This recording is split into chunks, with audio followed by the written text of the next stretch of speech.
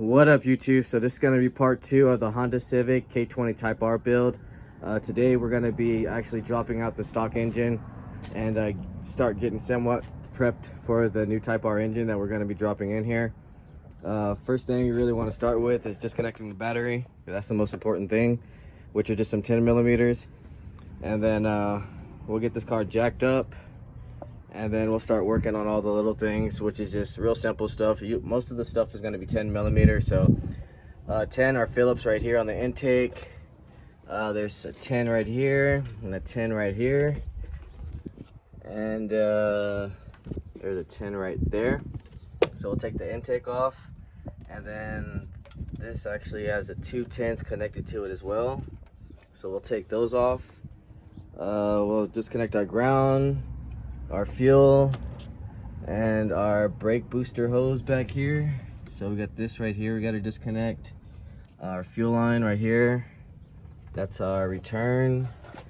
And then we got some vacuums and everything over here. We're gonna take out this box, disconnect the harness, gotta take this bar off and everything. So right now I'm gonna go ahead and start jacking the car up, get it on the jack stands, start taking the battery and the intake off, and then we'll kind of just go from there so you guys can stay up on what needs to be done to take the swap out. All right, so now we're back. I got the air box off already, got my battery out, and I took out this top strut bar. So now we can start getting to the fuel. So I'm just disconnected from right here, which is a 17 millimeter.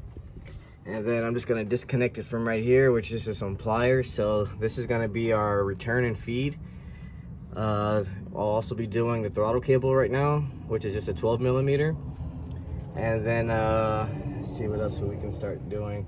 Probably start taking apart the harness real fast. So some people might not know how to do this. What you wanna do is just squeeze down and kind of wiggle. And that disconnects it off the actual metal clip. And then all you gotta do is just press this down and pull out. This might be a little bit harder one-handed.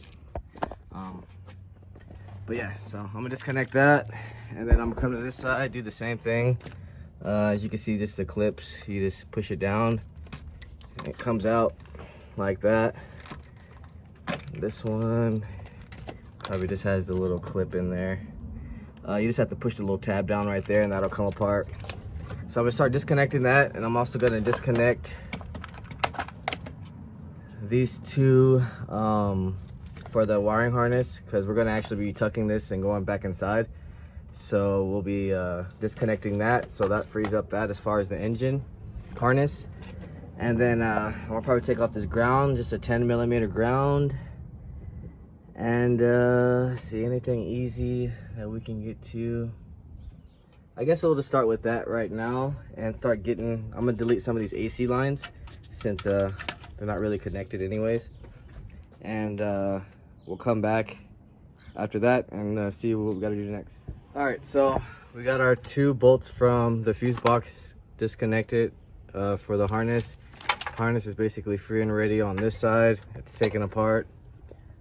Finished this side as well. Got that off. Got our fuel line, our return, and our feed line is off. And I took the fan off right here. It's just 2 10s on top. In order to get this line off, I got to take off the condenser, so I'll get to that later. Other than that, I believe, oh, we took off the throttle body too, or throttle cable. Next we're going to be doing is messing with this box right here, our smog evap, and then disconnecting these as well. I could probably do these right here. You just got to pull the tab out. Pulls out pretty easy. This one you're just going to push down. That pops off. We're going to disconnect the rest of these hoses that are connected to the engine itself. So that's pretty easy right there. This just slides up like that. Pretty simple. I'll disconnect the hose right there once I get that clamp off. Other than that, I also got the car jacked up right now so we can get to the shifter assembly, because I don't want to drain radiator fluid and everything yet. So there's 12 12 right here. Should be 2 12s, or maybe that's just on EG. All right, so on EG there's 2 12s, but there's this one 12 right here, and then on the inside there should be a 10 millimeter with a little kind of guide around it. So make sure you flip the guide up for the flathead. And then we also got 2 12s right here, I believe, for the exhaust.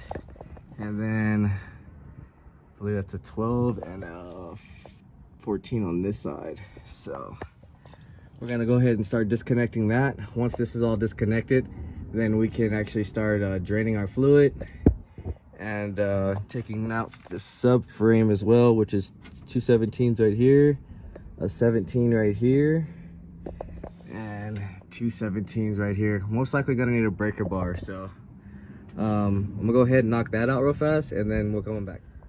All right, so I got my shift linkage out and my exhaust disconnected. So now I can get to the wheels and tires real quick, so I can show you guys the suspension and what you need to do to take the suspension off.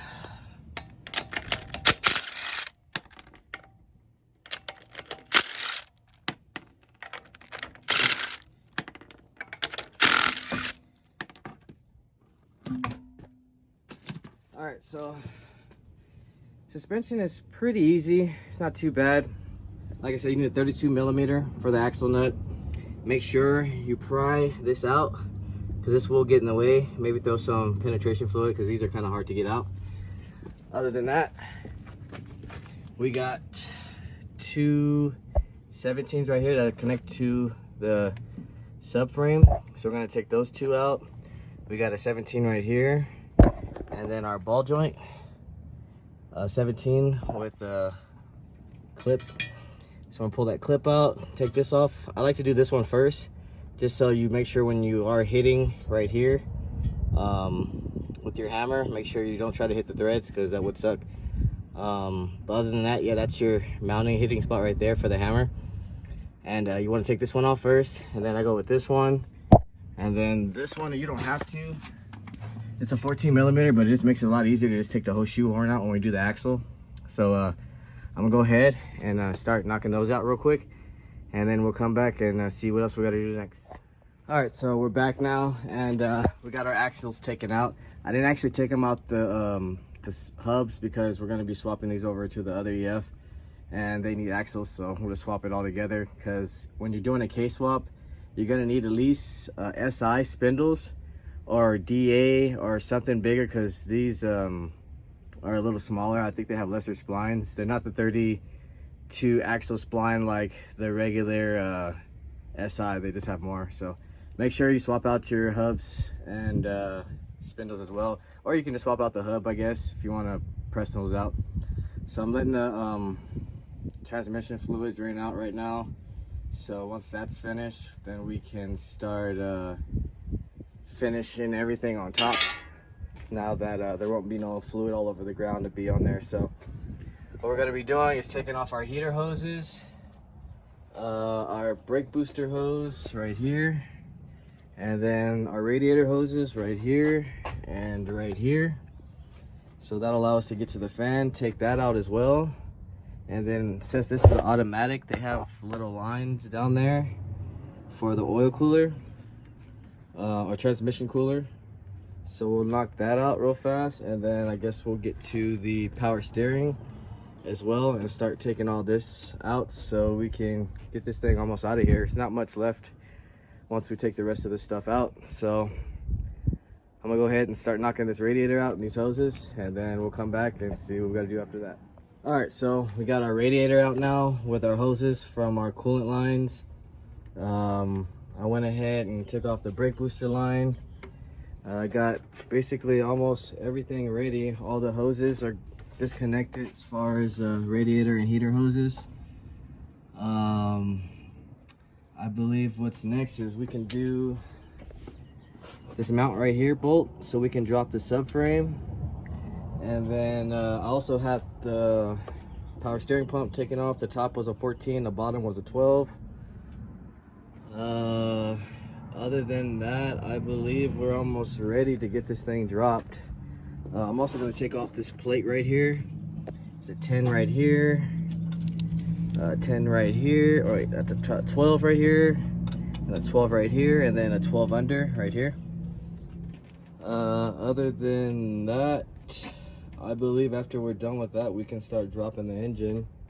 So I'm gonna go ahead and start taking off the rest of the stuff that I need to take off, and hopefully that'll be it. I believe after that we just got to do the rear, which is, you see 2 17s right there, and then we got a 17 right here and a 17 on the other side. Other than that, if there's anything else I'll miss, I'll come back on the next part. But right now I'm gonna go ahead and drop the subframe and get this thing ready to drop.